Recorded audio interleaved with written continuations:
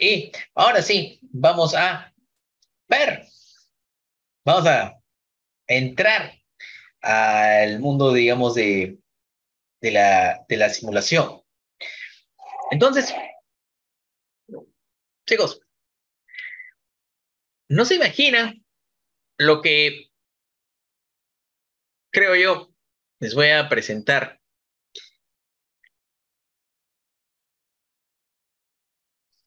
Hace ya 10 años entré en el mundo de la simulación, entré en el mundo de la ingeniería asistida por computadora. Eh, Entré como practicante, terminé quedando un largo tiempo. Y pues la verdad nunca me desligué de todo el tema de simulación. El día de hoy me encuentro haciendo una tesis doctoral en ello. Eh, y no se imaginan las, no se imaginan la- las, las cosas que se pueden hacer con simulación numérica.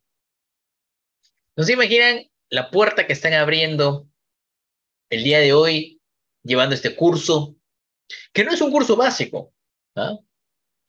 Es un curso donde yo les voy a enseñar algunas cosas intermedias. Es un curso donde van a aprender a simular fenómenos físicos poquito complicados. Porque finalmente, ese es el fin de la simulación numérica. Atacar los problemas que no podemos atacar mediante la resolución analítica, como por ejemplo con resistencia de materiales que llevan nuestra villita, las fuercitas, ¿no? Pero que perdíamos mucha riqueza en detalles en cuanto a lo que le pasa al cuerpo. Y hay cosas que definitivamente no se pueden hacer así con una viga y fuerzas. Como por ejemplo, el choque de un automóvil, un choque entre dos automóviles. En cuanto, por ejemplo, a la mecánica de fluidos, la ecuación de Bernoulli y todo lo demás, ¿no? Eso es para una dimensión, pero a ver, trata de hacer fluidos en dos o tres dimensiones. Y la cosa es muy, muy, muy difícil. Pero para eso está la simulación numérica, donde podemos, por ejemplo, ver el flujo de aire en un Fórmula 1 y calcular cuál es la fuerza de arrastre y cuál es la fuerza de sustentación. Estudiar los perfiles aerodinámicos. ¿Ah? Qué interesante, ¿no? O sea, nos estamos metiendo en un mundo donde vamos a resolver problemas complicados de la ingeniería y vamos a tener las herramientas para resolverlos bien.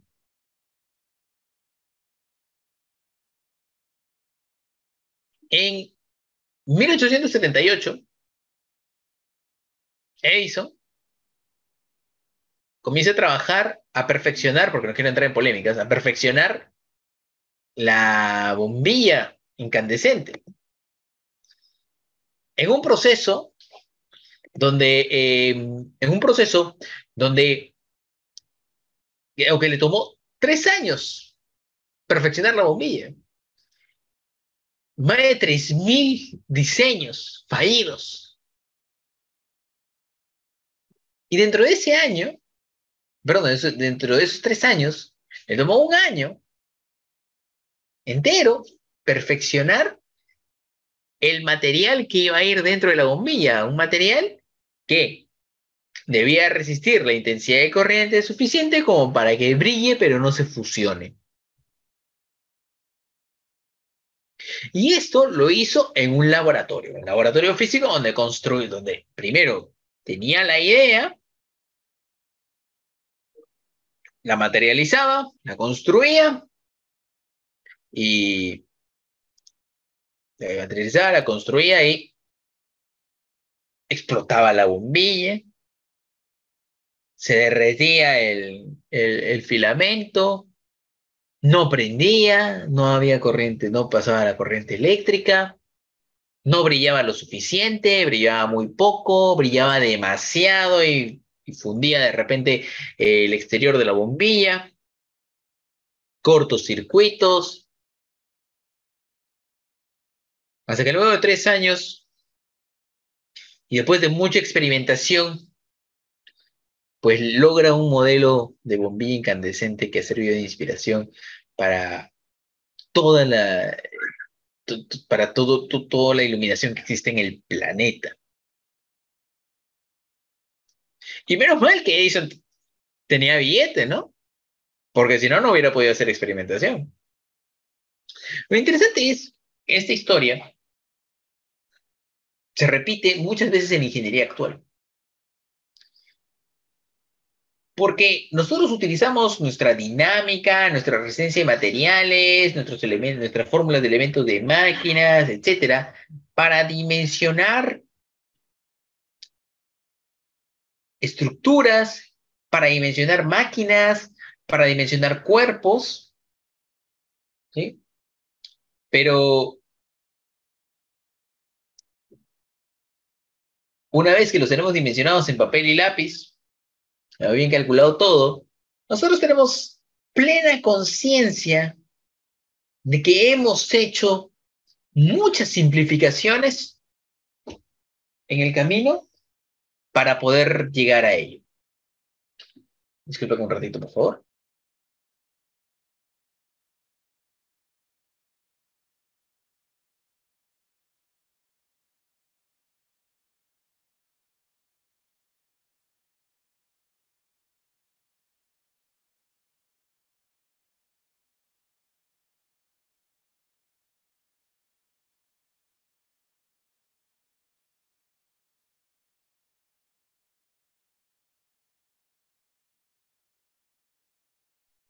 Disculpen, chicos.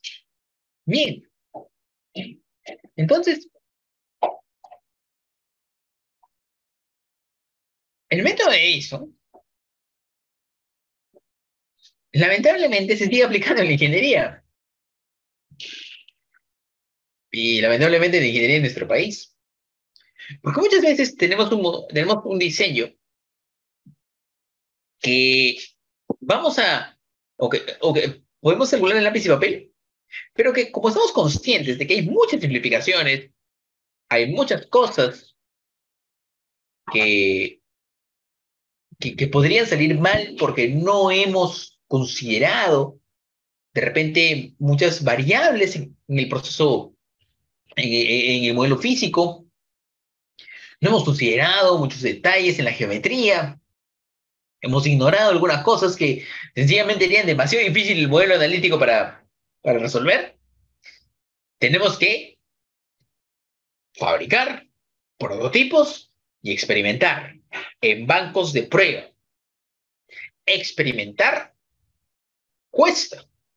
Claro, los modelos analíticos son sencillos, yo los puedo encontrar en libros, pues le tengo que pagar su sueldo al ingeniero de proyectos nada más que para el ingeniero calculista que pum, pum, pum, pum, pum, me haga mi esquema. Sin embargo, el experimento, digamos que no puede tener el nivel de detalle que sí tiene un experimento, pues porque un experimento es lo real, pues lo palpable.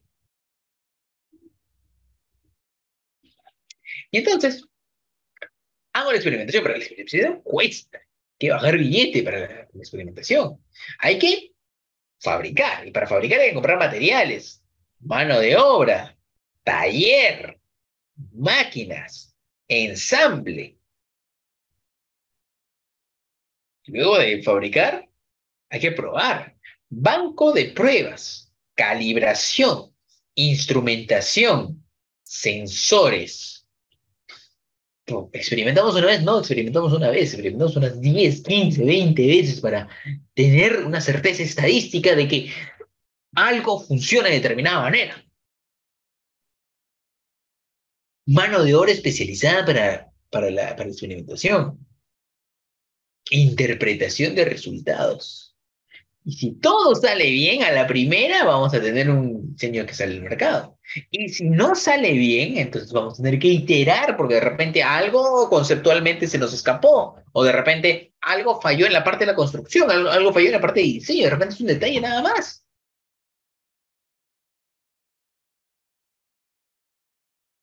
Entonces eso cuesta un montón de plata. ¿Y quién lo paga al final? Claro, lo paga el cliente al final, pues, ¿no? Y sin embargo, viene otro producto que gastó menos y lo puede vender a menos. Perdimos.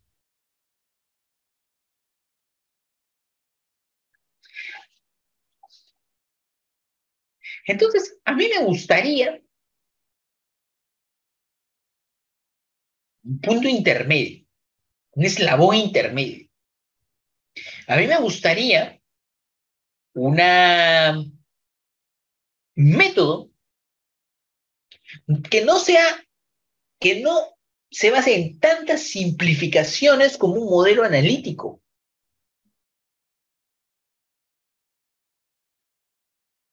O sea, que tenga un buen nivel de detalle, un rico nivel de detalle geométrico, de cargas, de condiciones de operación, que yo lo pueda poner de todo, pero que no cueste demasiado y que no me pase tanto tiempo experimentando y perdiendo material.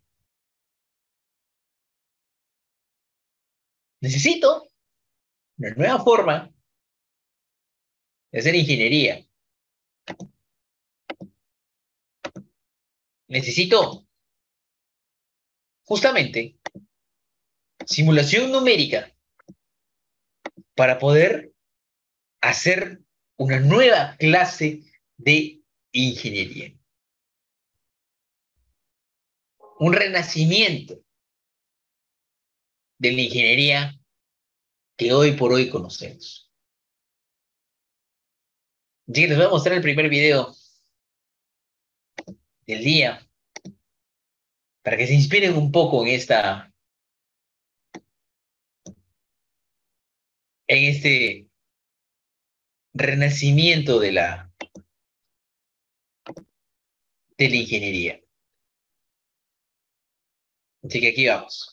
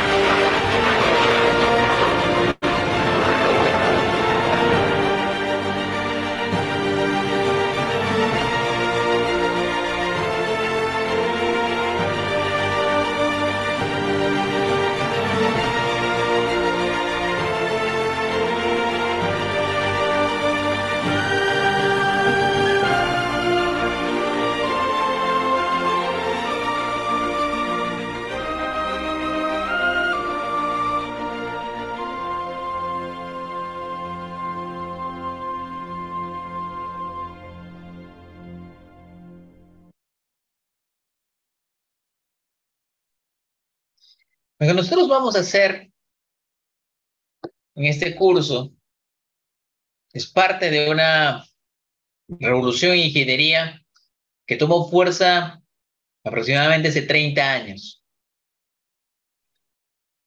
Con el nacimiento de las nuevas tendencias en computación, con la aparición de procesadores mucho más potentes, con la escalada de la aceleración GPU y con el gran nivel de métodos numéricos y computacionales, hoy en día se puede realizar, se puede ver este eslabón perdido Es el eslabón intermedio entre los modelos analíticos y lo experimental a través de un modelo computacional. Y es que en este modelo computacional yo puedo iterar 10.000 veces mi diseño. Puedo equivocarme, puedo fallar, puedo mejorar, puedo optimizar todo lo que yo quiera, sin, con, sin poner un solo gramo de material en la mesa.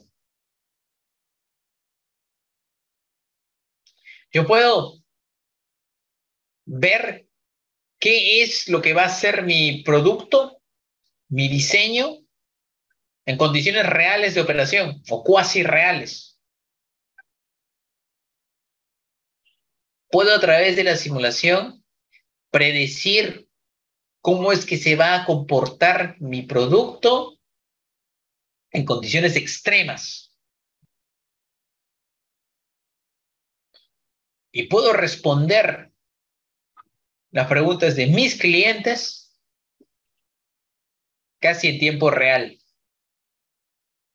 Puedo ponerme en las situaciones que él quiera o que yo requiera para completar mi diseño, mi investigación. Puedo visualizar ecuaciones, tendencias y fenómenos físicos que antes solamente podía imaginarme en papel y lápiz.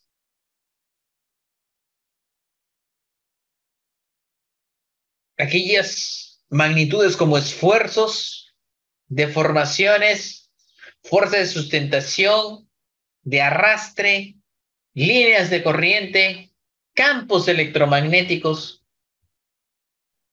todas estas abstracciones que durante todos estos ciclos en la universidad yo no los había podido ver, porque yo veo una estructura y no estoy viendo los esfuerzos, pero sé que están ahí, pero no los estoy viendo. En un ensayo de túnel de viento, yo sé que está la capa límite, yo sé que están las líneas de corriente, yo sé que hay flujo turbulento, flujo laminar, y sin embargo no lo veo. Y gracias a la simulación por computadora yo los puedo ver. Y no solo yo, lo puede ver el grupo de ingenieros que trabajan conmigo. Lo puede ver mi fuerza de ventas. Lo puede ver mi cliente, que me va a pagar por mi producto.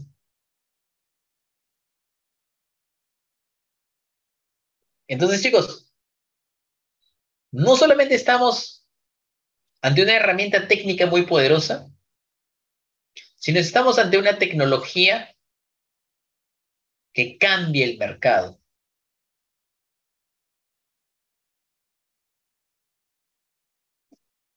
Tuve la suerte de trabajar para la representante de ANSYS en Latinoamérica y tuve la suerte de dar capacitaciones, charlas en universidades y empresas, de entrenar a muchos usuarios en el software. Y es una, es un, eh, eh, digamos, es muy, muy interesante ver cómo las personas cambian el chip cuando se dan cuenta de lo que pueden hacer a nivel de simulación.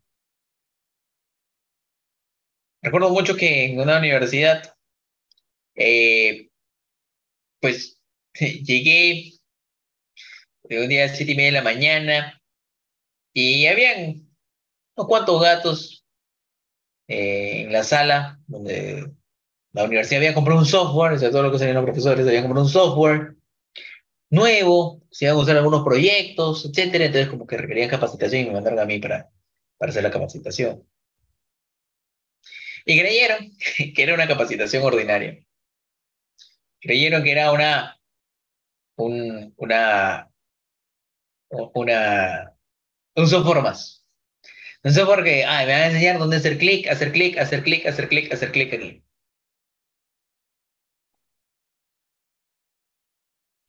Comenzamos la charla con 15 personas a las 8 de la mañana.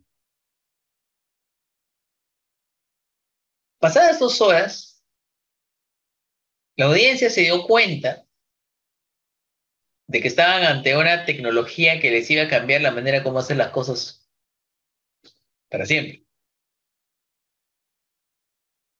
Ya no habían 15 gatos, habían 40 personas en la sala. Y todas ellas levantando la mano, llegó un momento en que les propuse, era tantos, que le dije simplemente, dígame qué cosa quieren simular y yo les digo si se puede hacer o no. Todo lo que me dijeron se podía simular. Con diferentes niveles de complejidad, por supuesto. No les estoy diciendo que la simulación es fácil. Vamos a tener que estudiar los fenómenos físicos. Vamos a tener que estar al nivel de dichos fenómenos físicos, entenderlos para poder simularlos. Entonces es muy interesante lo que tenemos entre manos. El software que vamos a utilizar es ANSYS, el cual tiene una licencia estudiantil libre, gratuita, y que es comparable con, mejor dicho, es el mismo software y la misma tecnología que se usa comercialmente. O sea, su licencia estudiantil de ANSYS es básicamente y más completa que la licencia de ANSYS comercial. Misma interfaz, mismas capacidades y más capacidades todavía. Ya voy a hablar un poco más acerca de ello. Y con la única limitante del tamaño del problema que podamos hacer, y eso vamos a hablar después también. Pero la verdad es espectacular como una compañía así, como un gigante en la simulación como es ANSYS, pone a nuestra disposición las herramientas necesarias para poder llevar esta clase de cursos de manera virtual.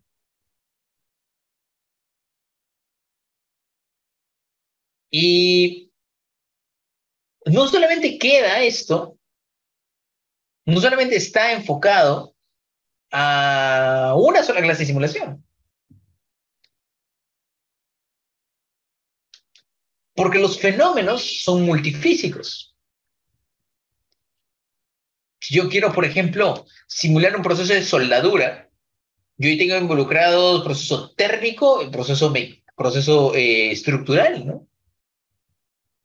Si yo quiero ver cómo es que el flujo de sangre dentro de mi cuerpo interactúa con las venas y con el corazón y qué clase de esfuerzos causa en el mismo, pues eso es una interacción entre fluido y una simulación estructural.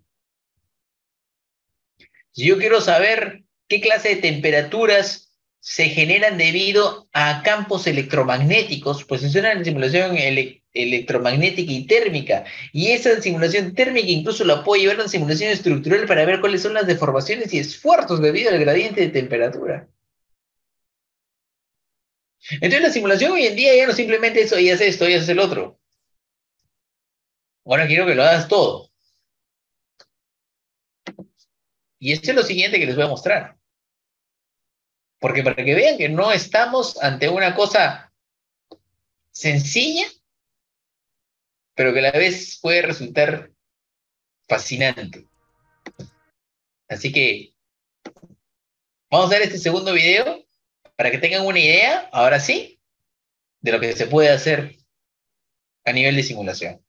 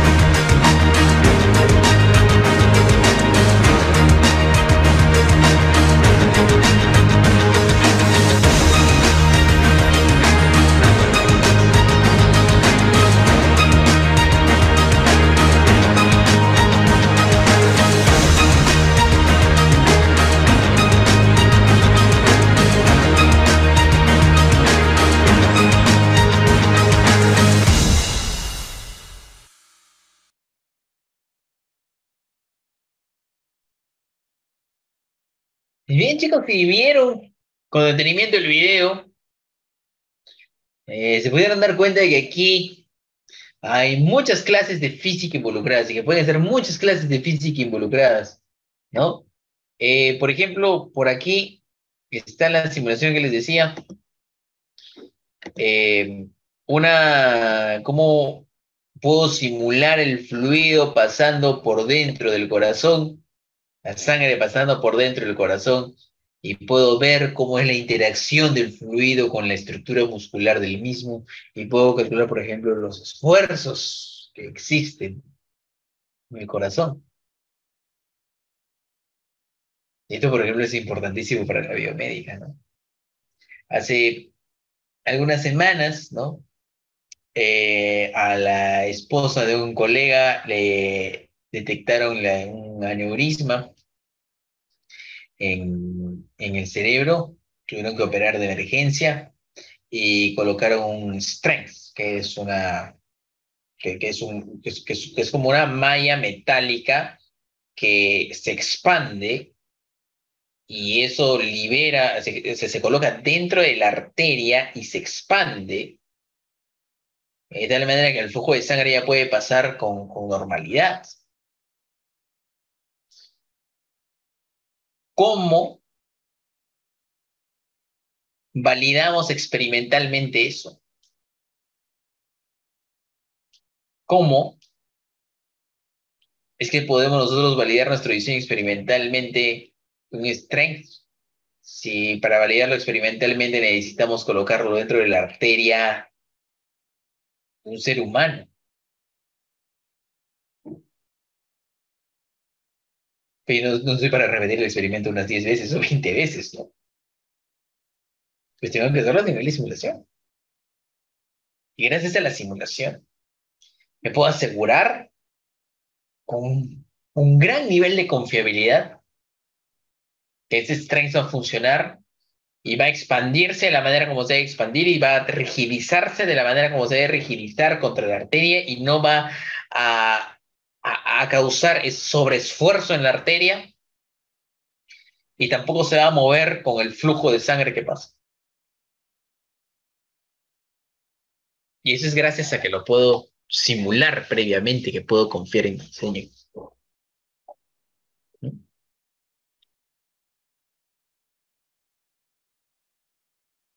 Entonces, estamos ante una tecnología que, que es muy poderosa. En 1950, más o menos, Klaus-Jürgen Bathe, no, 1970 debe haber sido, 1970, Klaus-Jürgen Bathe, uno de los autores de uno de los libros más famosos y utilizados en elementos finitos, Finite Element Procedures, profesor del MIT, escribía él, ¿no? Con el avance actual, 1970, con el avance actual del poder computacional y las nuevas tendencias en el método de elementos finitos, que es lo que nosotros vamos a estudiar, las posibilidades en el campo de la mecánica estructural parecen ilimitadas. Solo escribió en 1970 y vaya que no se equivocó. Pasados 52 años y los elementos finitos siguen a la vanguardia de lo que es la simulación estructural. Y ahora evidentemente podemos hacer mucho más en ese tiempo, con lo que se conoce ahora, con con los nuevos algoritmos, con las nuevas formas de hacer las cosas y con las nuevas aplicaciones, pues en realidad tenemos para crecer bastante todavía en el campo de elementos finitos. Y siempre se busca la manera de mejorar, porque una cosa también es ser aplicativo, como lo vamos a hacer en este curso, y otra cosa es desarrollar elementos finitos. Y yo mismo justamente me metí en la parte de desarrollo para la tesis doctoral, y justamente estoy trabajando en modelos numéricos poder hacer más rápido algunos cálculos en elementos finitos, que de hecho lo vamos a ver en el curso, este tipo de cálculos del que estoy hablando. Y después mostrar las debilidades también, porque tenemos que saber de qué pico G el método de elementos finitos también. Tengo que saber de qué pico G para confiar o no confiar en él. Tenía un profesor que decía, el método de elementos finitos hace un buen ingeniero un ingeniero excelente, pero hace un mal ingeniero un ingeniero peligroso. ¿A qué se refiere con un mal ingeniero? Alguien que no conoce los conceptos detrás de la física que quiere simular. A alguien, a un ingeniero que trata el software como una caja negra, al que solamente le va a meter números y salir números. No, no es así. No podemos perder de vista que lo que estamos analizando son finalmente fenómenos físicos y que ANSYS o cualquier otro software es simplemente una gran calculadora que me permite visualizar, sí, que me permite resolver, sí, pero el resultado depende no del software, depende de lo que está entre la silla y el teclado, o sea, nosotros. Así que chicos, vamos a empezar un viaje a través del mundo de la simulación, pero no sin antes conocer los fundamentos teóricos de lo que vamos a ver en el curso. Y es por eso que este curso, les decía al principio, es tanto de teoría como de práctica. Es tanto de números como de software.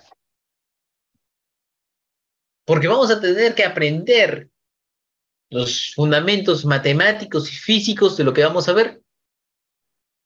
Y eso va a ser las primeras semanas. Y durante todo el ciclo también vamos a seguir aprendiendo conceptos físicos, modelos, pero también los vamos a comenzar a combinar con la práctica. Vamos a comenzar a combinar con uso del software. Vamos a comenzar a hacer nuestras primeras simulaciones. Y para el final del ciclo, pues prácticamente van a sentir que ya digamos, ya no hacemos mucha teoría, pero por ahí vamos a hacer alguna que otra. Así que no se desesperen en querer usar el software. Yo sé que de repente algunos de ustedes venían con la expectativa de el día de hoy ya comenzar a hacer clic, clic, clic, clic por allá, pero no podemos hacer clic, clic, clic, clic, porque necesitamos conocer primero la matemática y la física que está involucrada detrás del método de elementos finitos.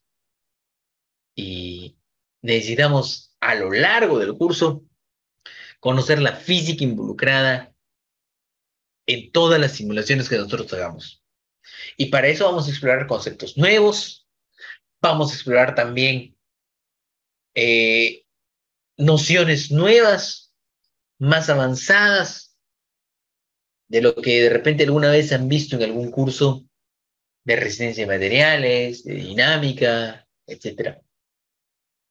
Vamos a aprender sobre modelos numéricos, vamos a aprender a configurar el software, vamos a aprender a creerle al software cuando sea necesario y vamos a darnos motivos para creer en el mismo. ¿Alguna pregunta hasta ahí, chicos? ¿Alguna duda?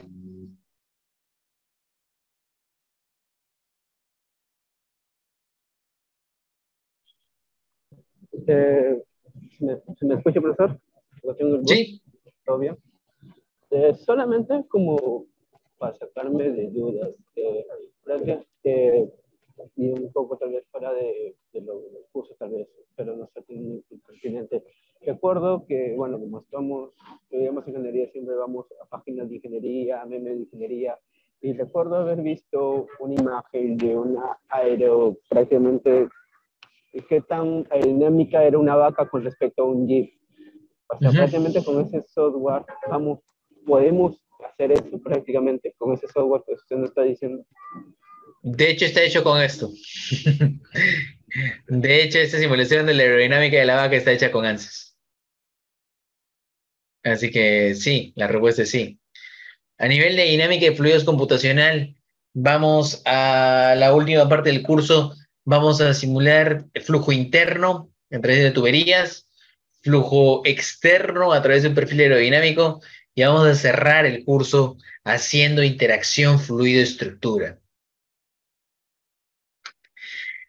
Entonces sí, vamos a ver un poquito al final, hacia el final, un poquito de aerodinámica, ¿no? A simular un perfil NACA, el flujo externo sobre un perfil NACA, y vamos a encontrar la fuerza de arrastre, coeficiente de sustentación del mismo. Entonces, es en realidad eh, muchas cosas las que podemos hacer con simulación, y hacia el final del curso, en la última clase, después de haber visto un montón de modelos, de haber hecho un montón de simulación, les voy a mostrar hacia dónde está caminando la simulación hoy en día. Y les voy a mostrar la última tendencia en simulación que va a entrar justamente entre el proceso de análisis matemático, analítico, teórico y la simulación. Porque hay un pequeño eslabón además que falta. Pero bueno, eso se lo mostraré al final del curso. ¿Alguna otra pregunta, chicos? ¿Alguna otra duda? Profe, no sé si se escuchó la pregunta o porque se fue en internet. Dije que sí, dije que esa simulación aerodinámica, por ejemplo, de la vaca comparado con el Jeep, está hecho con ANSYS. Está hecho con ANSYS Fluent, si no me equivoco, o CFX. Entonces, sí, ese tipo de simulaciones vamos a poder hacerlo. Sí, vamos a poder hacer ese tipo de simulaciones. Y más. Ah, ya, chévere, entonces va a estar interesante todo esto. Sí, así es. Va a estar bastante interesante. Va a estar bastante interesante. Así que, así que bien, chicos. Eso es lo que vamos a hacer en el curso. Y vamos a ir poco a poco, porque para hacer ese tipo de simulaciones necesitamos un montón de experiencia y de práctica, que espero yo poder brindarles un poco de ello en este curso. Muy bien, chicos, entonces vamos a comenzar revisando algunos aspectos teóricos de cursos pasados, sobre todo en el curso de elasticidad y resistencia de materiales, para poder ponernos al día, para poder uniformizar conceptos y para poder dar el siguiente paso hacia lo que va a ser análisis numérico. Porque vamos a requerir bastante matemáticas, vamos a requerir una comprensión de la física a un nivel interesante para poder realizar nuestras simulaciones de una manera correcta. Muy bien, chicos. Entonces, vamos a, vamos a comenzar, ¿sí? No sin antes comenzar, vamos a hacer un pequeño break, ¿sí? Vamos a hacer un pequeño break, siendo las 7:54, ya, le voy a arreglar un minuto. Hasta las 8:05. Hasta las 8:05, tenemos 10 minutos para descansar. Así que tomen aire un poquito, saquen su cuaderno, su lápiz para que puedan apuntar. Y nos vemos 8:05 aquí. Listo, chicos. 8:05 entonces. Ahí nos vemos. Listo, chicos. Volvimos. Disculpen un poquito la demora que justamente tenía una pequeñísima reunión intermedia y y, y se extendió. Esta pequeñísima fue no tan pequeñísima y tuve que salir un poquito de la reunión, pero bueno, vamos a continuar y vamos a comenzar a explorar un poquito los conceptos que nos van a acompañar a lo largo del ciclo, ¿sí? Vamos a explorar un poquito estos conceptos, puesto que son muy importantes para el entendimiento del método de elementos finitos, ¿sí? Entonces, no se imaginan, pues, lo importante, ¿sí? No se imaginan lo importante que va a ser entender estos conceptos a cabalidad, o al menos, pues, poder repasarlos a cabalidad para nuestras simulaciones. Entonces, aquí voy a hacer la clase en la pizarra, pero también tengo en diapositiva. Todo el material está en Canvas, por si acaso, ¿sí? Todo el material está en Canvas. Y pues vamos. Análisis estructural por elementos finitos. Lo primero que vamos a recordar, chicos, es el curso de elasticidad y resistencia de materiales. En este curso se conocieron los conceptos básicos de esfuerzo, de formación y teoría de falla. Vamos a dar un breve repaso ahí, un brevísimo repaso de esto. Y qué es lo que les decía, ¿no? O sea, el curso de resistencia a materiales, elasticidad, generalmente esto se limita a cuerpos prismáticos. ¿Recuerdan ayer los diagramas de fuerza cortante, momento flector, etcétera? Pues esto vale para cuerpos prismáticos. Pero yo no puedo pretender de repente hallar el diagrama de momentos flectores de un motor de combustión interna, ¿no?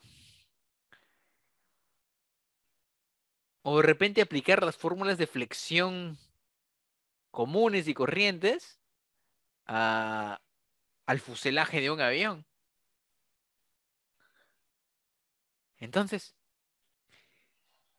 la simplificación, la simplificación de estas fórmulas, ¿sí? La simplificación de estas fórmulas, de estas eh, la simplificación de estas fórmulas, de estas, de estos conceptos,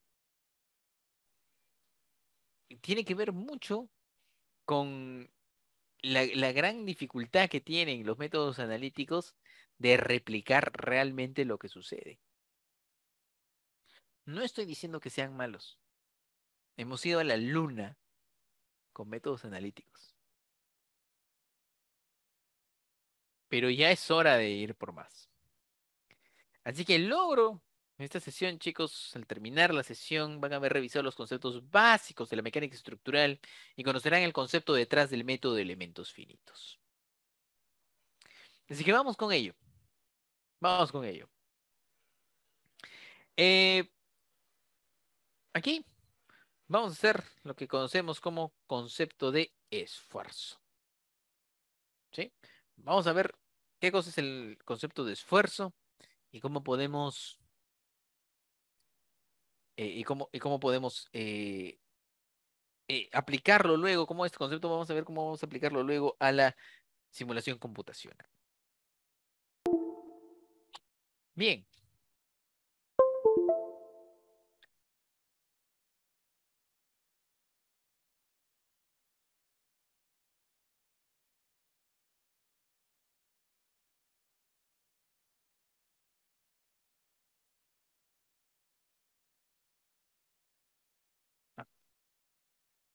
si es que se movió. Tenemos un sólido que está en un espacio tridimensional. Y se va a hacer un breve review, un breve remember,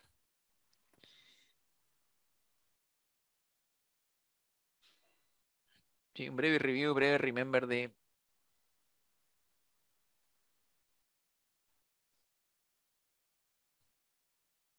elasticidad y resistencia de materiales. Esto seguramente ya lo han visto.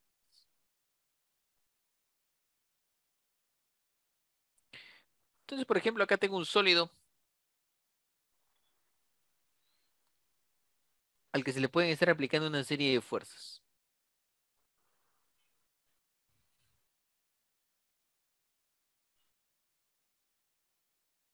Sí, se le puede estar aplicando una serie de fuerzas.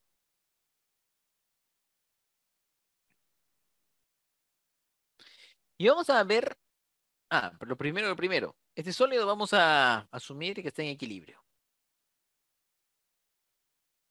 Esto no tiene mayor relevancia de repente, o digamos que no se pierde generalidad si se hace esto, pero sí nos ayuda a ser un poquito más flexibles en cuanto a los cálculos. Entonces, tenemos un sólido que es deformable y observamos que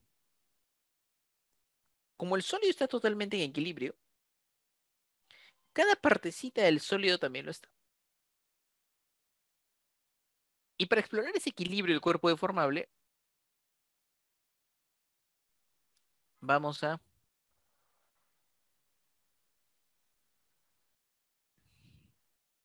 vamos a cortar, vamos a cortar el sólido.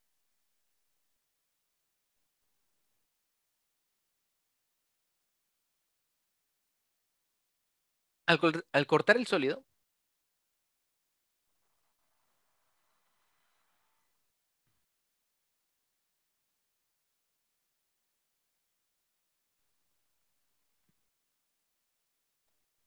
Al cortar el sólido,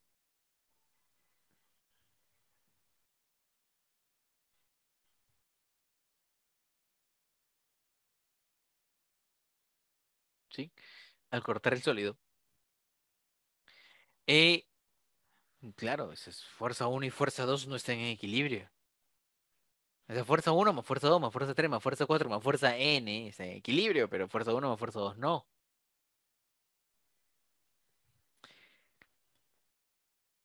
Sin embargo, sin embargo,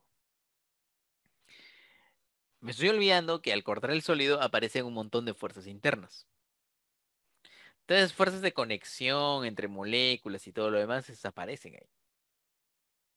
Entonces, en cada partícula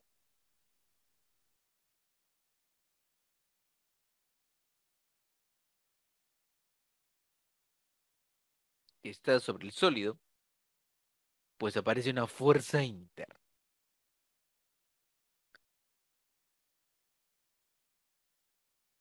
Por conceptos de estática,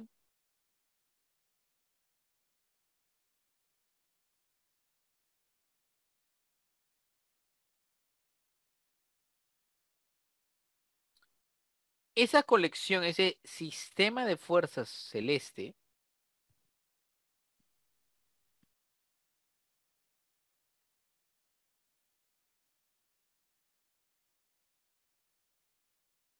¿sí? Ese sistema de fuerzas celeste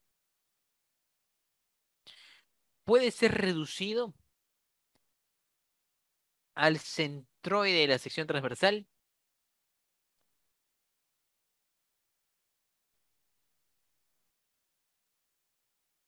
a una,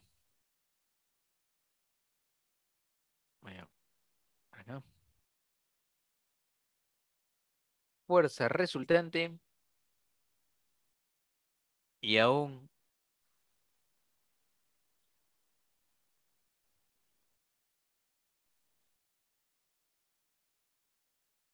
momento resultante internos. Si nosotros comenzamos a proyectar estos,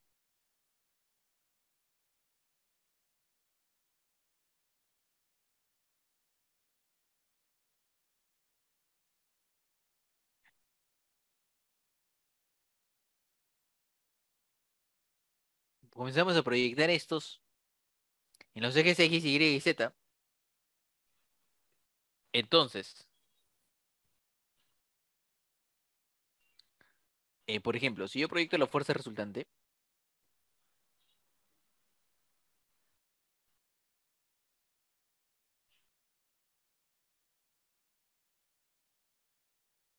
y si yo proyecto la fuerza resultante, que voy a borrar el F2 para que se vea un poquito más clarito. Entonces yo voy a hacer una proyección y la fuerza resultante va a tener una componente que es perpendicular al plano de corte, que es normal al plano de corte, la fuerza normal, y otra componente que es, o que está contenida en el plano de corte, la famosa fuerza cortante. ¿Qué tal? ¿No? Entonces anoto por acá, N es la fuerza normal,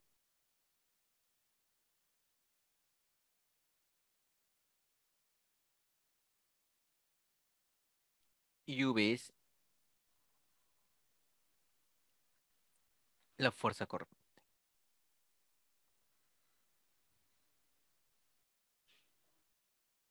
V es la fuerza cortante. Y asimismo, el momento resultante,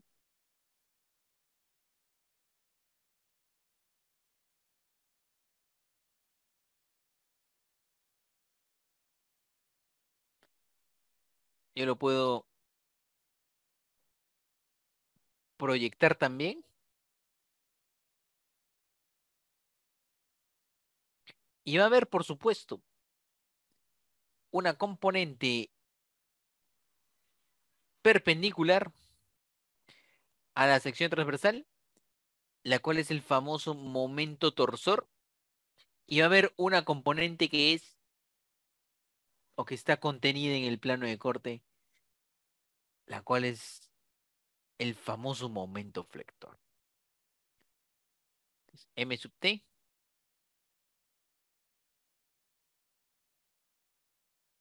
momento torsor, y M sub F,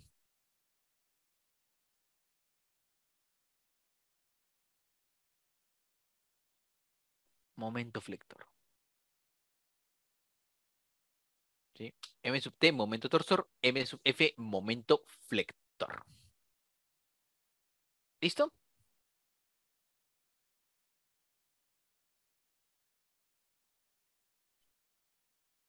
Bien.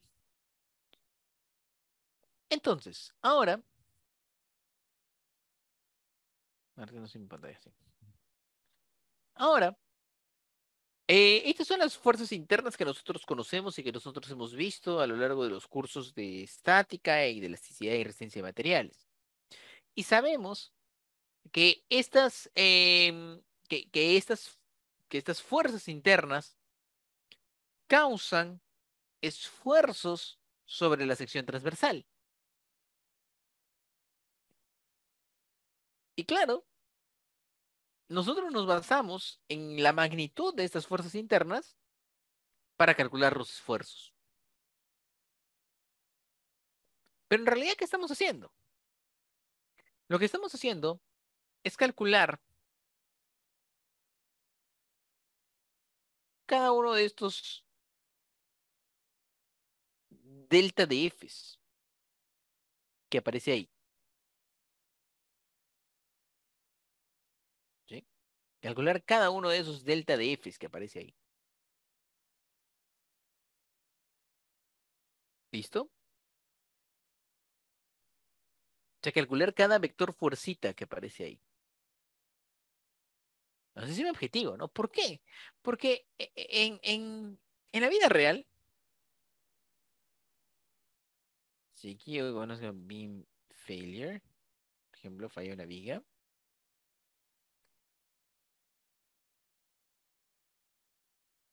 En la vida real, observen, miren esto, ¿no?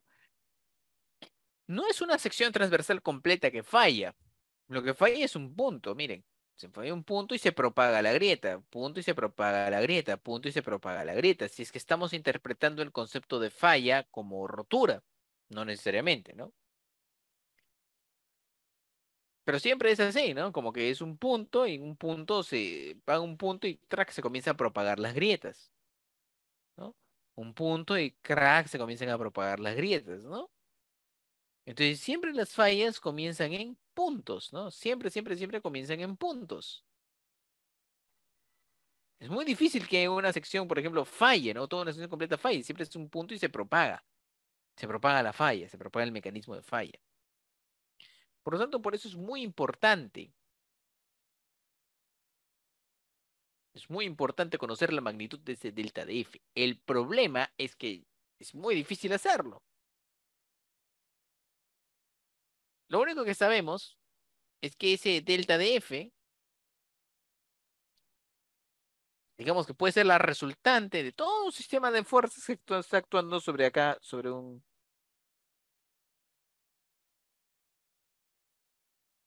delta de área. ¿Listo? ¿Alguna pregunta hasta ahí, chicos?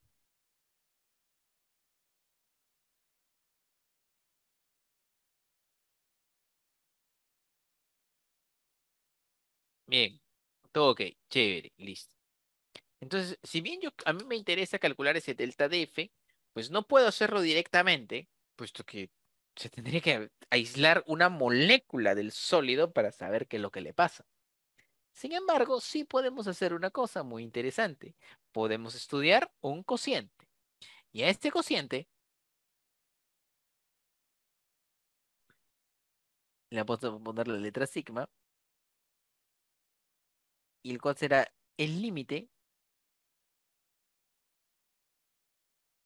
cuando delta de A tiende a cero, de delta de F entre delta de A. Y este le llamaremos el vector de esfuerzo. Conocido el vector de esfuerzo, yo puedo calcular el vector delta de F multiplicando simplemente por el delta de A. Es el esfuerzo, es la intensidad de la fuerza interna por unidad de área.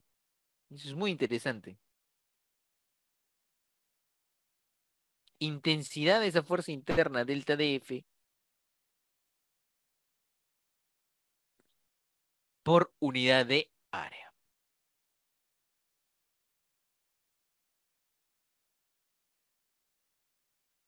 ¿Listo? Entonces, vamos a examinar un poquito más de cerca el vector de esfuerzo para saber qué cosas contiene. Entonces acá pongo examinando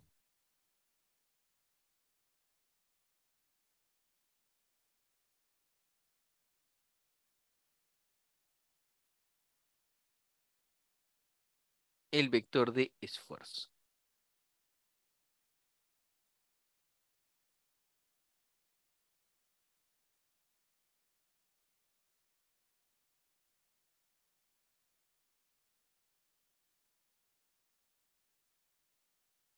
Bien, entonces nuevamente, dejarlo un poco más grande de repente nomás. Dibujo aquí la sección transversal.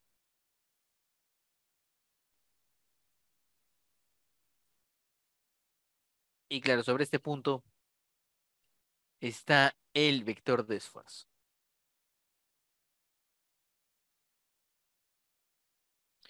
No olvido que esto siempre está en relación a un sistema de coordenadas. Y que he hecho un corte paralelo al plano XY, por si acaso.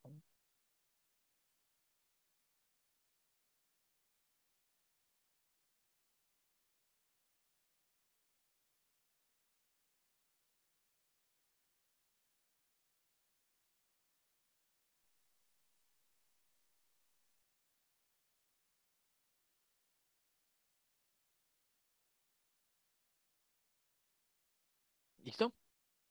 Entonces vamos a proyectar este vector de esfuerzo en los tres ejes coordenados.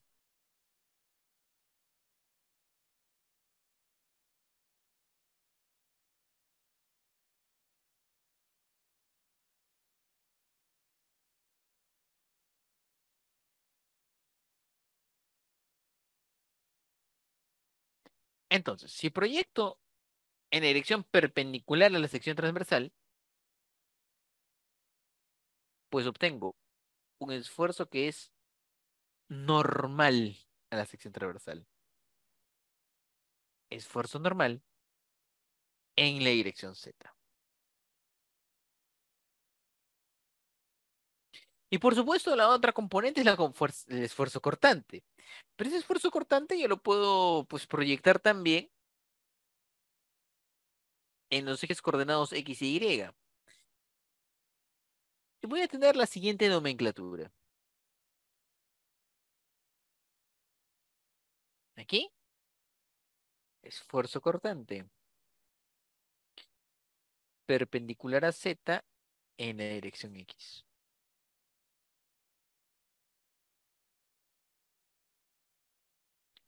Y por aquí, esfuerzo cortante perpendicular a Z en la dirección Y.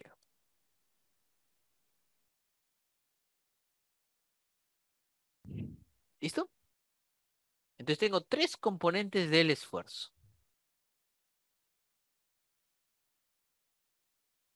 Sigma Z,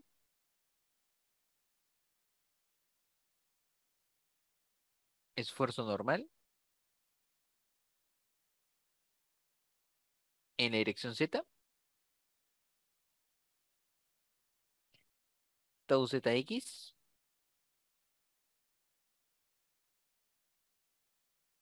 esfuerzo cortante en la dirección X, o sea, es perpendicular a Z en la dirección X,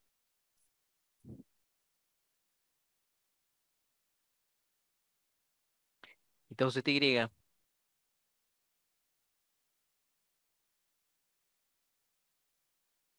esfuerzo cortante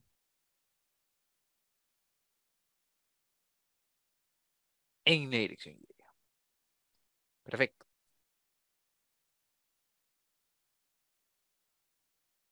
Bien. Ahora, de repente alguien podría pensar, bueno, ahora sí tenemos la suficiente información como para saber qué le pasa a ese punto de ahí que estamos analizando, qué es lo que sucede con esa región. Pero la verdad es que no, porque esto ha partido desde que nosotros cortamos con un plano paralelo al plano XY, pero ¿qué hubiera pasado si hubiéramos cortado con cualquier otro plano? Un plano oblicuo, por ejemplo. Entonces, para hacer esto yo mucho más genérico, tendría que haber cortado con un plano que pase básicamente por la misma zona, pero que tenga una orientación genérica. Aquí es donde vienen al rescate de nuestras matemáticas. Y nos dicen que si yo quisiera tal cosa, pues tendría que tener una base.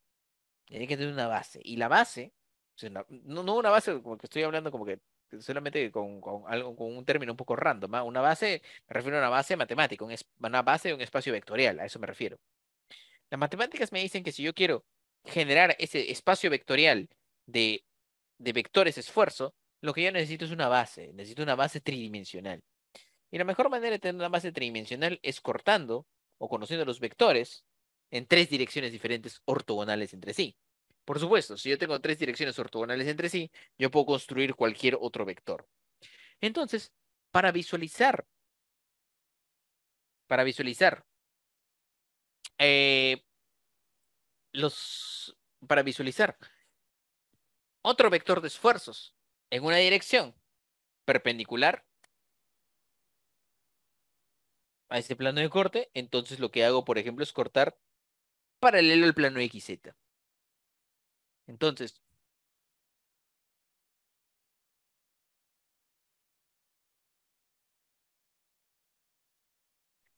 entonces, cortando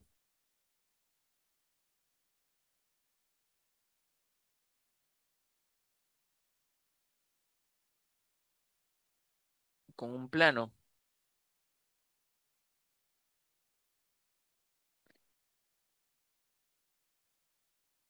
paralelo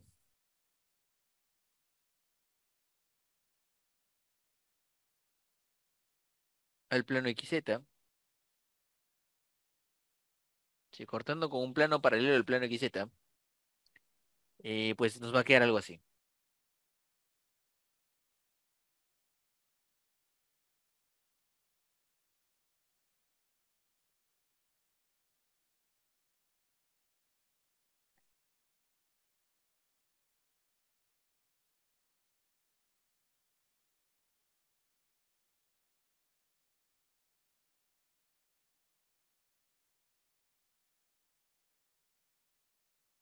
Ahí está. Miren eso. Bueno, yo tenía mi punto por acá, ¿no?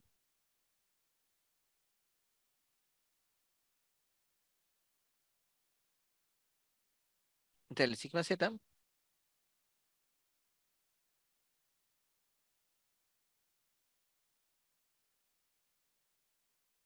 tau ZX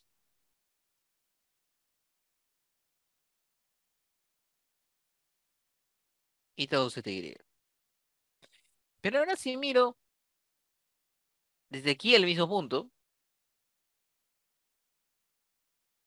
pues utilizando el mismo sistema de coordenadas, básicamente,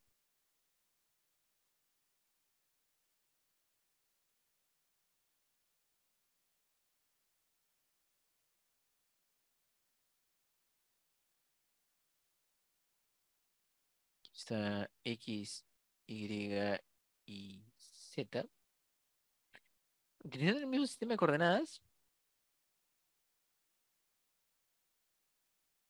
ahora se genera un esfuerzo que es perpendicular al plano XZ, es decir, que va en la dirección Y. Sigma Y. Genera un esfuerzo cortante que es perpendicular a Y en la dirección Z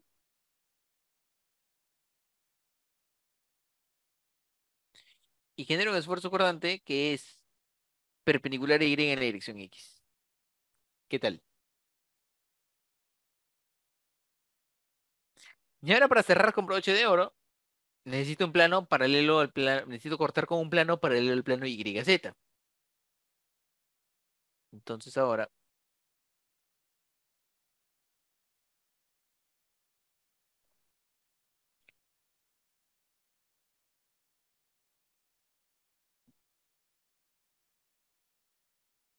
cortando con un plano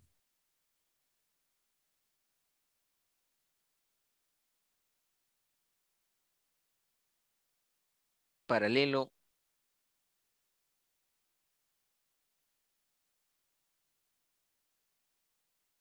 al plano XZ, cortando con un plano paralelo al plano XZ, perdón, no, ZY, perdón, o YZ, como ustedes quieran.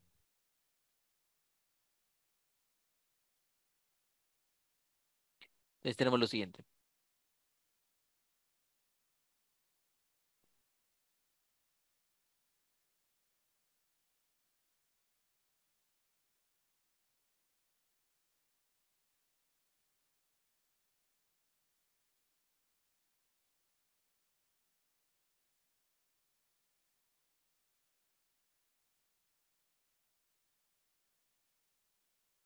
Ahí está, listo.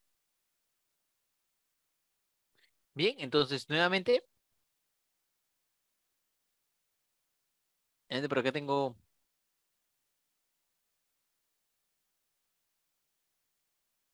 el sigma Z,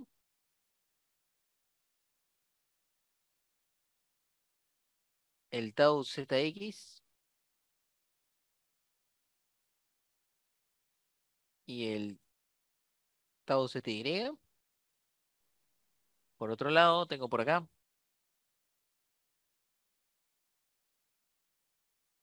el sigma Y, el tau Y en la dirección Z y el tau Y en la dirección X. Y por supuesto, salió un nuevo valor. Si lo miro desde acá, tendremos un esfuerzo en la dirección X,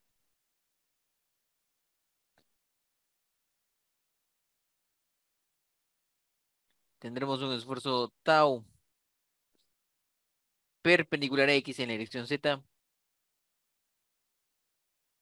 y tendremos un esfuerzo tau perpendicular a X en la dirección Y. Y ahí está. Entonces, miren todo lo que se ha generado, ¿no?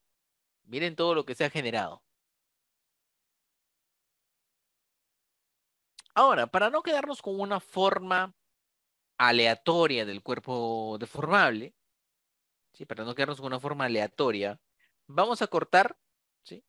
Con planos nuevamente paralelos a XY, XZ y ZY, hasta formar un paralelepípedo diferencial. Entonces ahora, cortando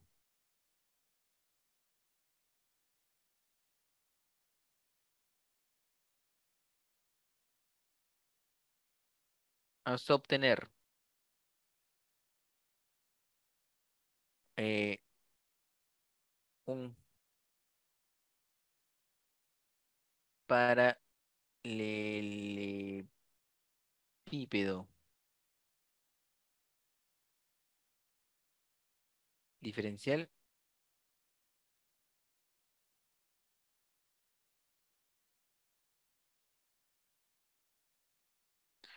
cortando hasta obtener un paralelepípedo diferencial, obtenemos esto.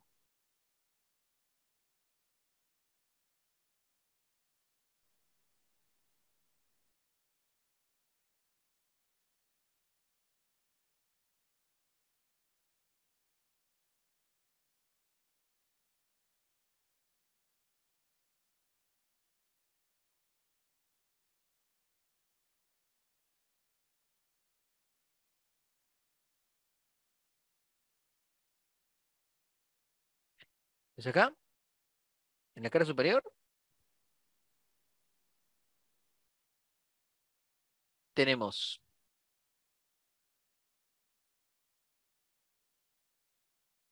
sigma z,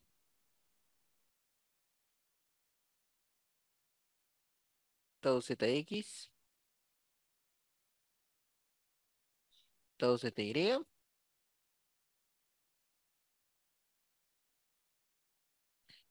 eh, en esta cara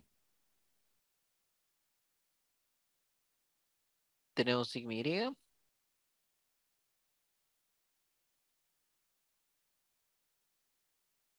tau yz, tau yx, y finalmente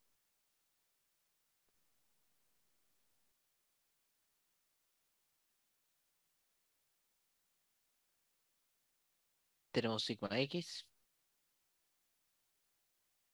ups,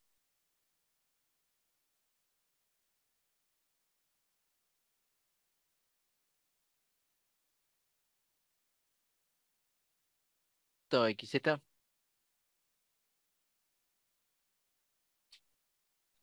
y tau xy. ¿Listo? Entonces acá tenemos nuestro elemento, nuestro paralelepípedo diferencial. En las caras que no se ven, las caras que no se ven, aparecen los esfuerzos en verde, naranja y blancos opuestos, de tal manera que el cubo esté completamente en equilibrio. Ahora, por supuesto, si alguien me pregunta, bueno, ¿cuál es el estado de esfuerzos? ¿Sí? ¿Cuál es el estado de esfuerzos en ese punto? Pues simplemente le diría, bueno, todos esos valores representan el esfuerzo. Y con todos esos valores yo puedo de alguna u otra manera transformarlos para obtener el esfuerzo en la dirección que uno quiera. Entonces, ya que todos sus valores son importantes, los organizo y digo que el estado de esfuerzos en ese punto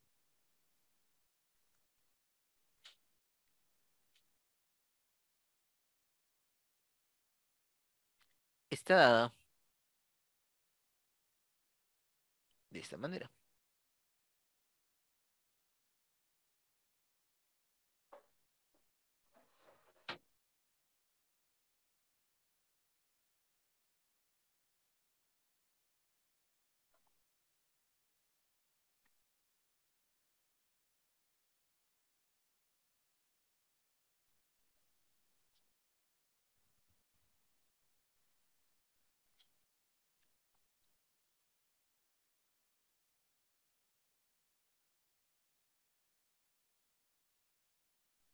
Y ahí está.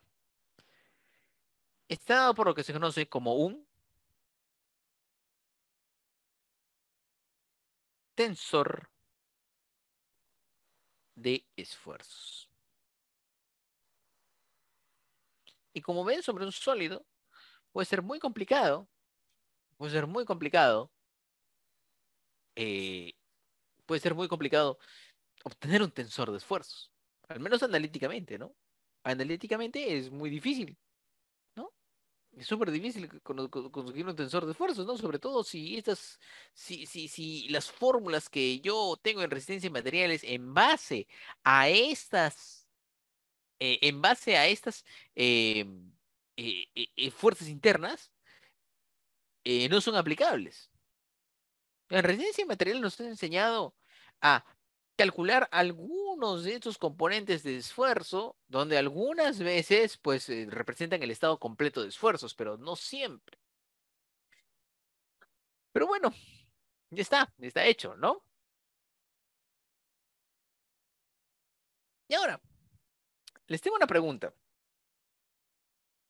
Les tengo una pregunta. Eh,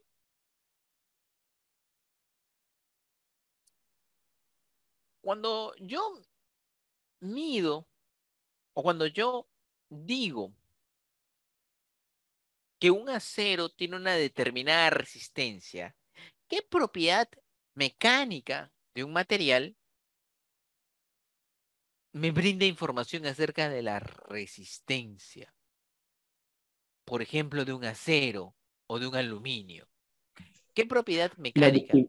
ductibilidad, no creo. La ductilidad es más bien, es una propiedad mecánica, sí, eso es cierto, pero eso me brinda información acerca de la elongación hasta la rotura. Pero ¿qué propiedad mecánica, por ejemplo, puedo manejar para un acero? Y cuando digo sobrepase ese valor, falla el acero. El esfuerzo de fluencia. Muy bien, El, excelente, excelente. El esfuerzo de fluencia, ¿no? Excelente, muy bien. El esfuerzo de fluencia es aquel esfuerzo, ¿no? Donde vamos a decir que comienza la deformación plástica en un material dúctil, ¿no? Entonces, por ejemplo, ese es un esfuerzo que yo obtengo a partir de un ensayo de tracción.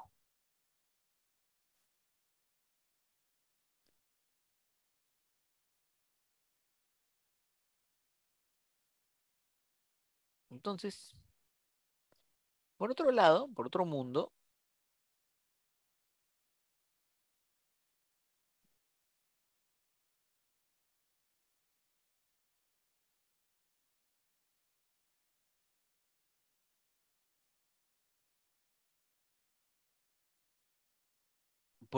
yo tengo un ensayo de tracción,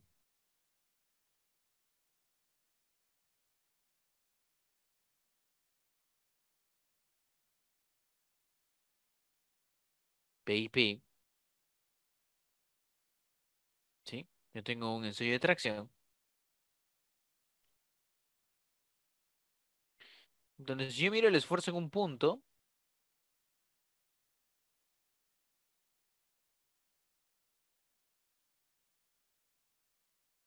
voy a obtener lo siguiente.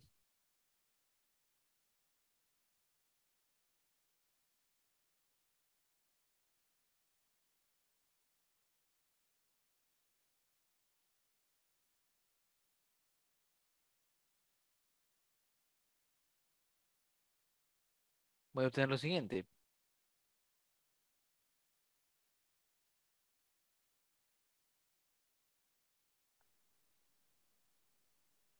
Que en el momento de la falla yo estoy jalando con esfuerzo de fluencia. Listo. Aquí viene la pregunta. Si ese punto que ustedes tienen a la izquierda de la pizarra, yo lo he identificado como el punto más crítico del sólido, y tiene ese estado de esfuerzo, se tiene dicho tensor de esfuerzos, ¿cómo decimos si falla o no falla? Si nuestro esfuerzo de fluencia es único, es un escalar. ¿Cómo comparo un tensor con un escalar? ¿Alguien tiene alguna idea de cómo hacerlo?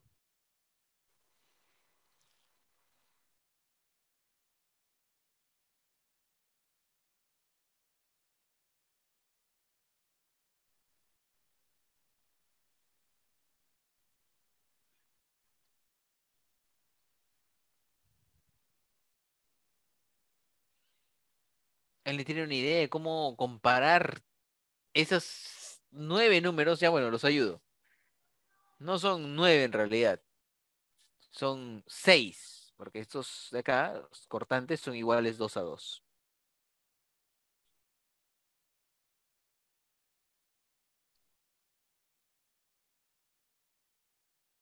Los cortantes son iguales 2 a 2, entonces son 6 valores independientes. ¿Cómo comparo 6 valores independientes contra uno? Evidentemente no es una labor sencilla. ¿Cuál comparo? ¿El mayor? ¿El promedio? ¿La suma cuadrática? Pues no sé cuál. No sé cuál. Y evidentemente es muy difícil saber cuál, si tal como está. Pero lo que sucede es que este paralelepípedo diferencial con un estado de esfuerzos tan complejo, yo puedo simplificarlo. Yo puedo simplificarlo, felizmente, a través de un paso netamente matemático. ¿La determinante?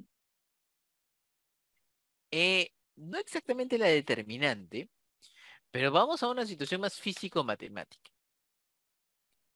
En resistencia de materiales seguramente les demostraron de que existe una manera de ya no cortar con esos planos ortogonales X, Y, Z, sino cortar con una serie de planos ortogonales entre sí,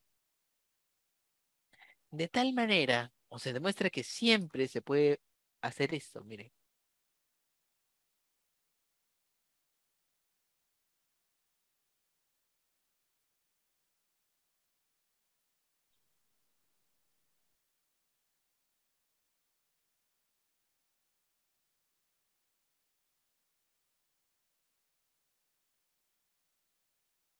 Siempre se puede cortar de tal manera que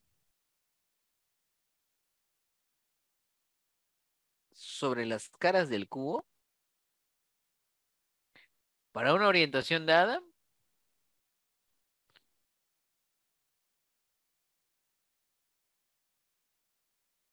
solo aparezcan esfuerzos normales. Sigma 1, sigma 2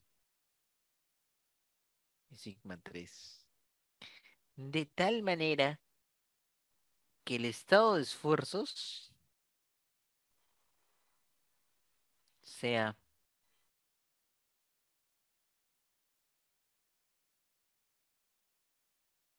sigma 1, sigma 2, sigma 3 y ceros. Chicos, ¿cómo se llama? ¿Cómo se llama? ¿Se acuerdan cómo se llama ese estado de esfuerzos? Donde solo aparecen esfuerzos normales.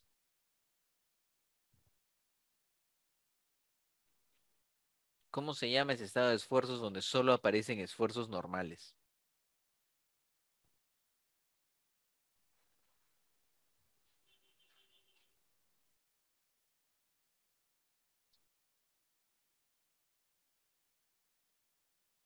¿Alguien sabe? ¿Alguien tiene alguna idea?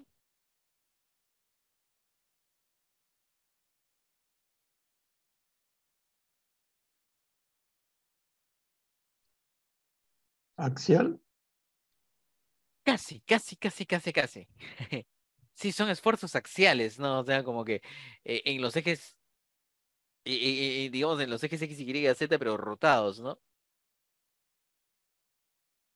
¿Cómo se llama ese estado de esfuerzo donde no aparecen cortantes? ¿De esfuerzos principales? Muy bien. Son los esfuerzos principales, así Ah, es, cierto, cierto. ¿no? Así es, se llaman esfuerzos principales. Excelente, muy bien.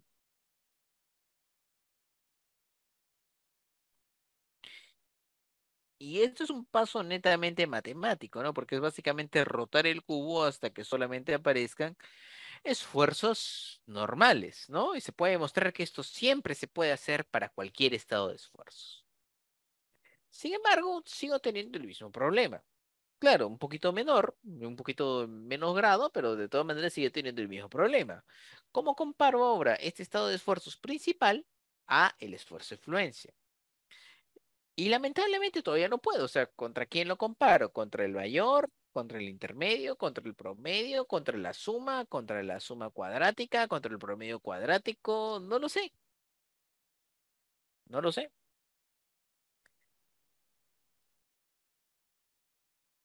En este punto, diversos investigadores proponen teorías de cómo es que se deben comparar estos esfuerzos. Entonces, el siguiente paso para simplificar esto ya no es un paso de matemáticas, porque ya no es un paso, digamos, netamente numérico, sino es más bien un paso de ingeniería. Es un paso en el cual nosotros vamos a basarnos en la experimentación, la observación y los resultados para hacer lo siguiente, para teorizar de que esas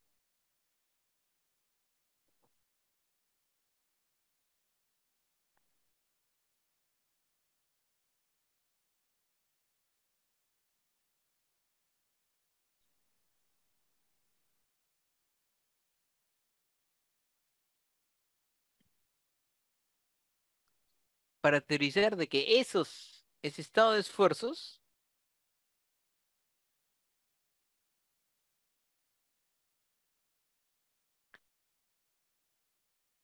se puede reducir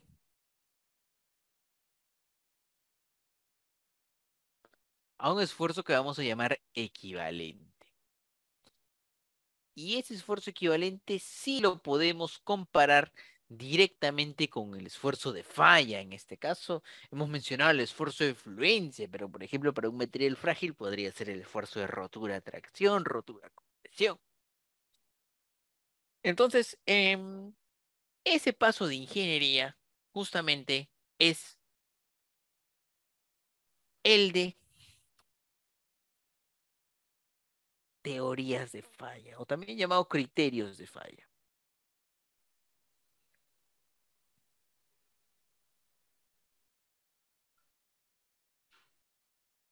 ¿Listo? O también llamado criterios de falla.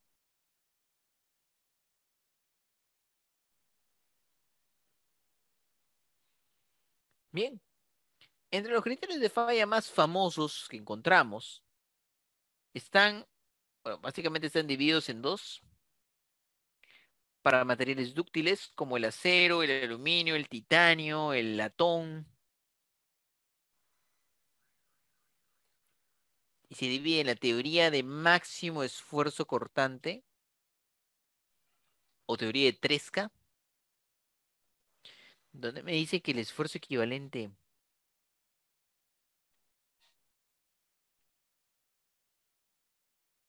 es sigma 1 menos sigma 3,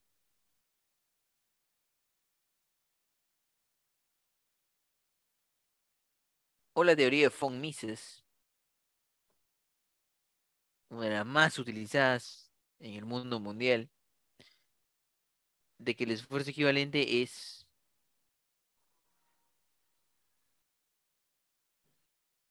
sigma 1 menos sigma 2 al cuadrado,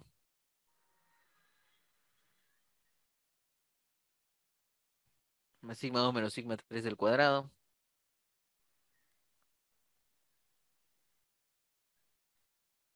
más sigma 1 menos sigma 3 al cuadrado,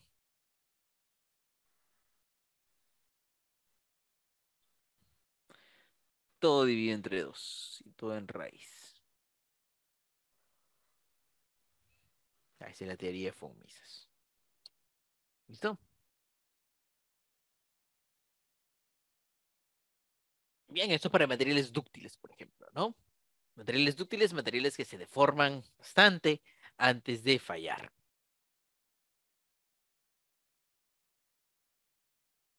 Para materiales que son frágiles,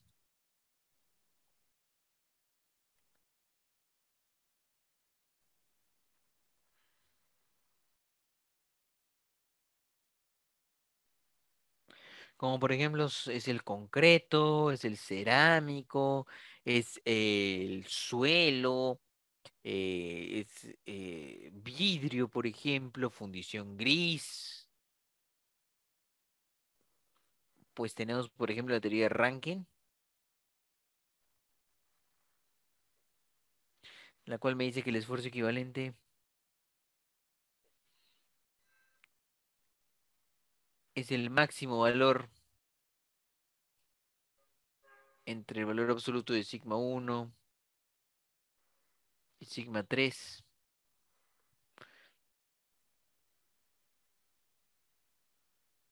Tenemos la teoría de Moore-Coulomb,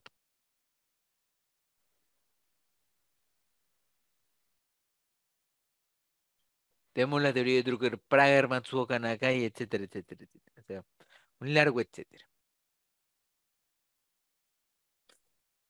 Bien, entonces es en este punto en el que nos damos cuenta que en resistencia de materiales hemos estado haciendo todo esto, pero siempre y cuando podemos nosotros calcular a mano, hubiéramos podido calcular a mano el tensor de esfuerzos. Y por supuesto, el tensor de esfuerzos lo hubiéramos podido calcular a mano siempre y cuando los cuerpos sean prismáticos y tengan fórmulas conocidas para el esfuerzo. ¿Alguna pregunta hasta aquí, chicos? ¿Hay alguna duda?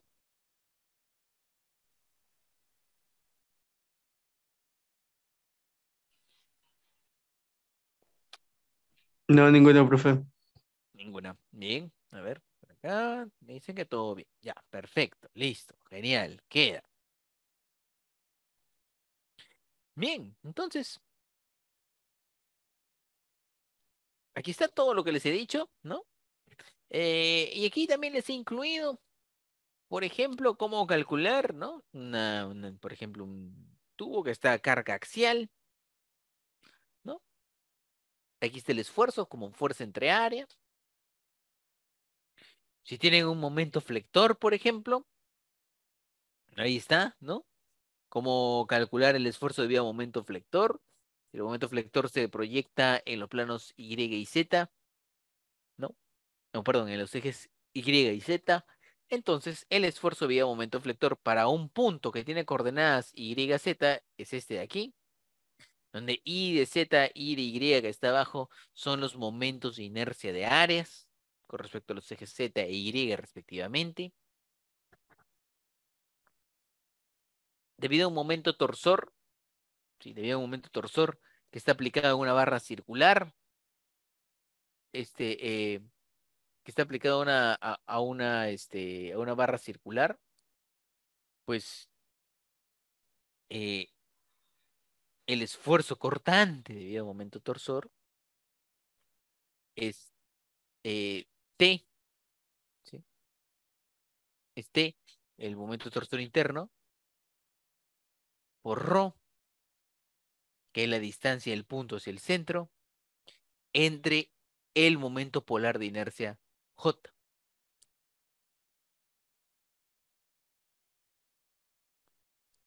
Bien, y debido a fuerza cortante, pues en realidad esta es una fórmula un poquito más específica, tiene sus fuertes limitaciones también. B por Q entre I por T, a nuestros amigos civiles les gusta usarlo, donde Q es el primer momento de área, I es el momento de inercia de área, T el espesor del punto en evaluación, V la fuerza cortante interna. Sin embargo, para sistemas mecánicos, mecatrónicos, ¿no? En realidad, pues el esfuerzo cortante se puede aproximar como fuerza entre áreas simplemente, ¿no? Como esfuerzo cortante promedio. Y con todo esto, ¿no? Les puse un pequeño ejemplo de aplicación, ¿sí? Les puse un pequeño ejemplo de aplicación, donde si quieren ustedes pueden recordar un poco, calcular los esfuerzos, las deformaciones, o bueno, los esfuerzos sobre todo, ¿no? En los puntos A y B.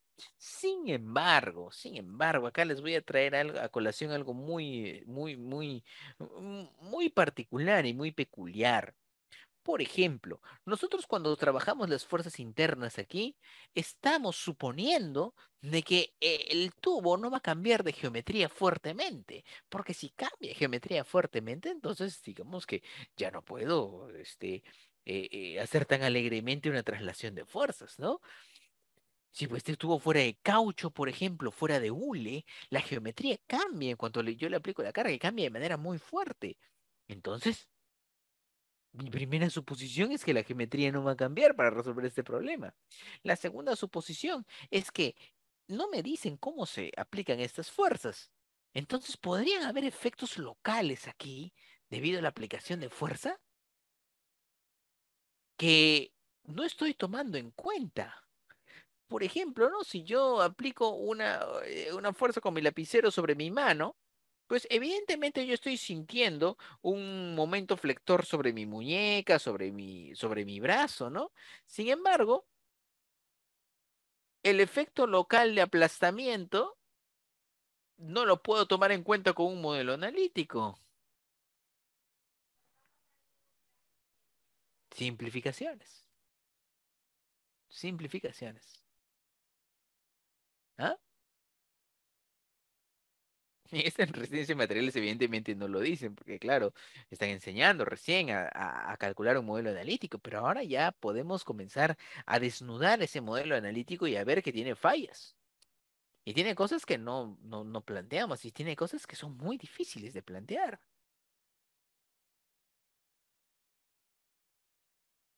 ¿Ah? Qué interesante, ¿no? Qué interesante. lo peor de todo es que un modelo analítico, si yo le coloco una carga acá, por ejemplo, así, un modelo analítico no toma en cuenta el aplastamiento, no toma en cuenta el esfuerzo de aplastamiento que hay evidentemente sobre el punto A, pero no lo toma en cuenta, porque los modelos analíticos no toman en cuenta efectos locales. Qué interesante darnos cuenta de esto, ¿no? Y por supuesto, ya les he dicho, no es que los modelos analíticos sean malos, hemos ido a la luna con nuestros modelos analíticos. Sin embargo, cuando uno entra ya a más detalle, puede comenzar a predecir estas cosas y puede comenzar a bajar factores de seguridad. Porque claro, son todas estas incertidumbres las que nos llevan a decir, bueno, vamos a colocarle un factor de seguridad de 2, vamos a colocarle un factor de seguridad de 3, de 4, porque no estamos tomando en cuenta los efectos locales, porque no estamos tomando en cuenta las deformaciones, no estamos suponiendo que el material es lineal, podría ser no lineal, pero nuestra teoría es, material no lineal es teoría, no. Caucho, por ejemplo, es no lineal, y el caucho lo tenemos en la llanta de nuestras bicicletas. Entonces, día a día, o la llanta de nuestros autos, día a día tenemos contacto con materiales no lineales y no nos damos cuenta.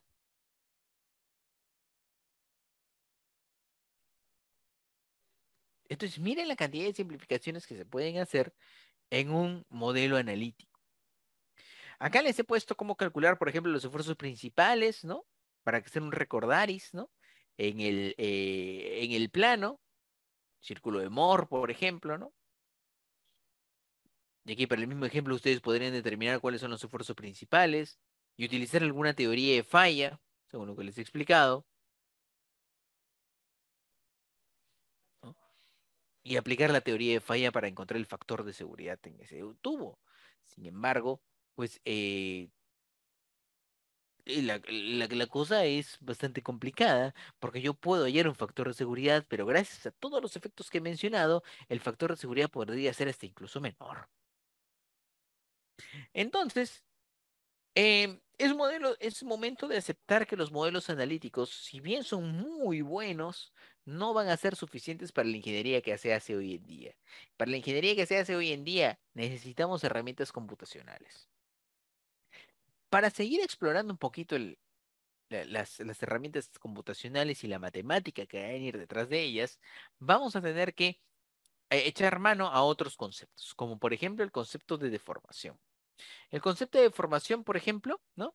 Eh, nos dice que si todos los cuerpos son deformables, entonces vamos a tener ciertas definiciones fundamentales. Por ejemplo, tenemos un cuerpo sin deformar antes de la aplicación de cargas y sobre ese cuerpo nosotros podemos definir una línea recta, AB. Cuando este cuerpo es sometido a cargas, se deforma, ¿sí? Se deforma, y esta línea evidentemente cambia de longitud. Al cambiar de longitud, pues podemos medir ese cambio de longitud, podemos cuantificarlo. Y podemos definir la deformación unitaria normal como la nueva longitud menos la antigua longitud entre la antigua longitud. Entonces, todo relativo a la longitud original. Es decir, esta deformación unitaria normal, ¿sí? Deformación unitaria normal, es una medida del cambio en la longitud de una línea en un cuerpo deformable. Claro, acá está llevada al límite cuando B tiende a A, o sea, básicamente estamos diciendo cuál es la tendencia a deformarse de un punto, ¿no?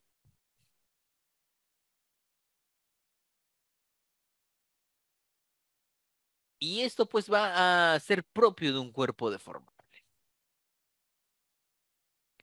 Asimismo, asimismo, podemos también medir cambios en los ángulos. Por ejemplo, podemos tomar dos líneas en un cuerpo deformable que está todavía sin cargas, dos líneas que originalmente forman un ángulo de pi medios, y luego de que se deforman estos ángulos, este ángulo cambia. ¿Sí? Ese ángulo cambia. Entonces, podemos medir el cambio en ese ángulo con algo que se llama la deformación angular. Entonces, son conceptos que vamos a tener que tener un poquito frescos para las deducciones que vamos a hacer luego. en el método de elementos finitos. Y por supuesto tenemos por un lado esfuerzos y tenemos por otro lado deformaciones, ambos causados por cargas, ambos que tienen un origen común. Entonces tiene que haber un puente entre ellos.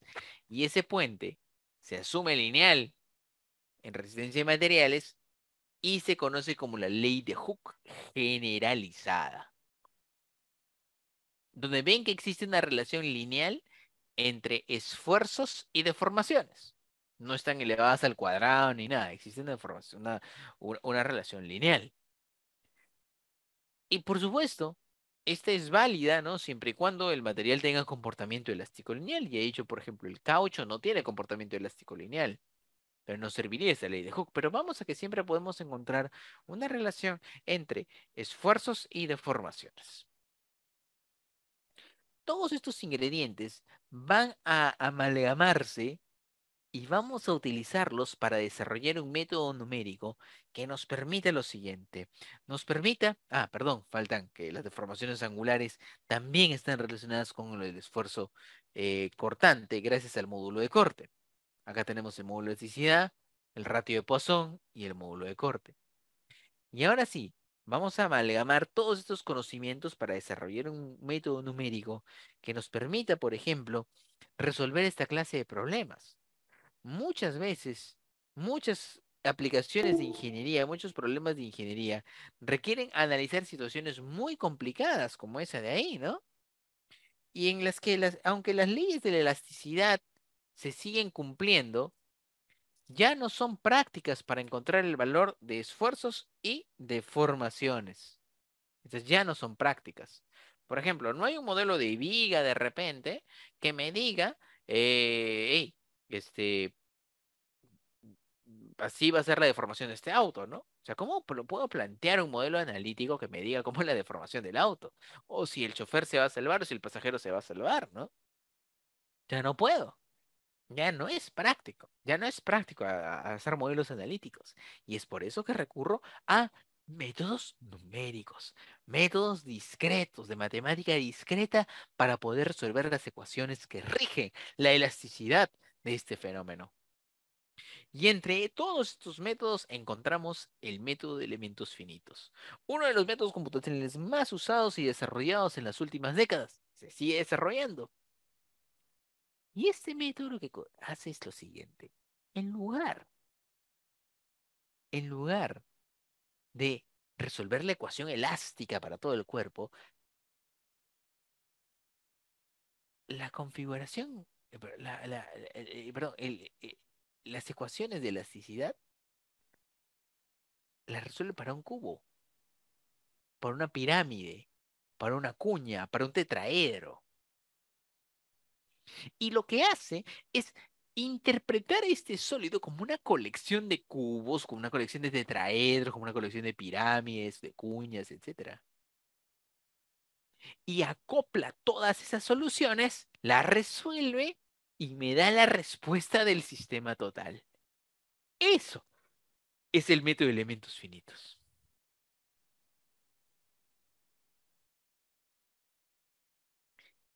Y este método se basa que en lugar de resolver todo el campo de desplazamiento, o sea, de decir cada puntito se mueve de esta manera, el método de elementos finitos lo que hace es decir, estos elementos discretos de aquí, tienen puntos especiales que se llaman nodos y solo voy a calcular los desplazamientos en un número finito de nodos, ya no en un número infinito, ya no en el continuo, sino en el discreto. ¿Ah?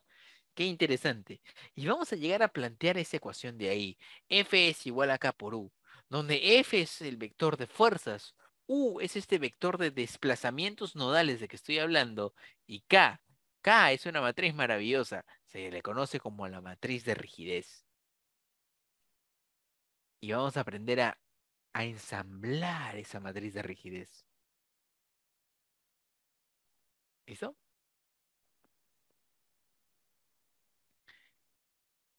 Miren, miren lo que se puede hacer con el método de elementos finitos cuando es correctamente aplicado. Se pueden obtener resultados súper cercanos a la realidad. Miren esto, miren, abajo es la simulación, arriba es el experimento. Miren eso, miren eso. Eh, miren cómo queda el capot. Miren cómo queda el capot. Miren cómo queda el parachoques. Miren cómo queda la llanta. Miren cómo el modelo numérico predice que la puerta de atrás no le va a pasar nada. Miren. Miren la bolladura aquí en la puerta delantera. Espectacular cómo puede ser una simulación tan parecida a la realidad.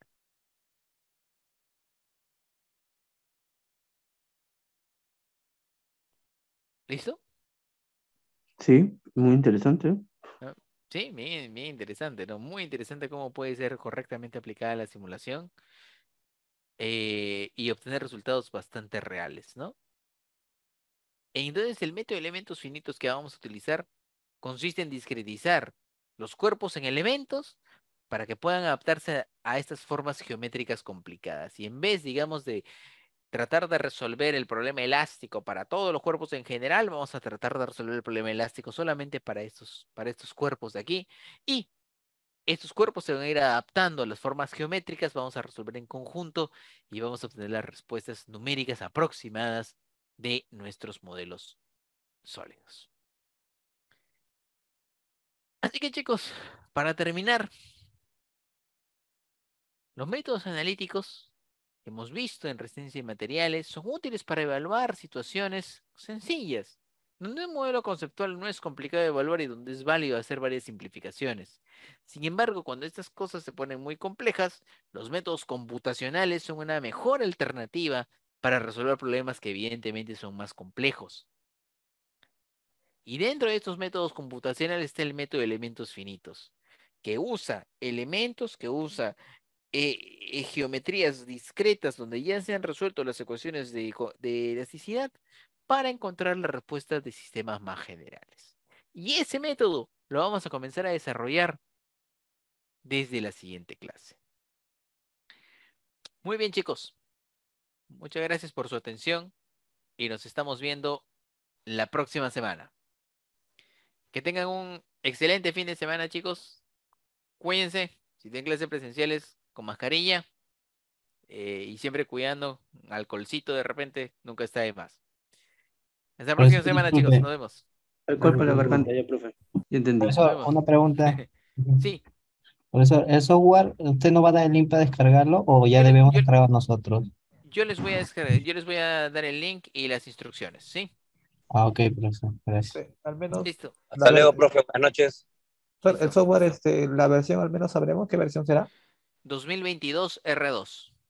Ah, ok, gracias. 2022 R2. Listo. Hasta luego, profesor. Muchas Chao, chao. gracias, ingeniero.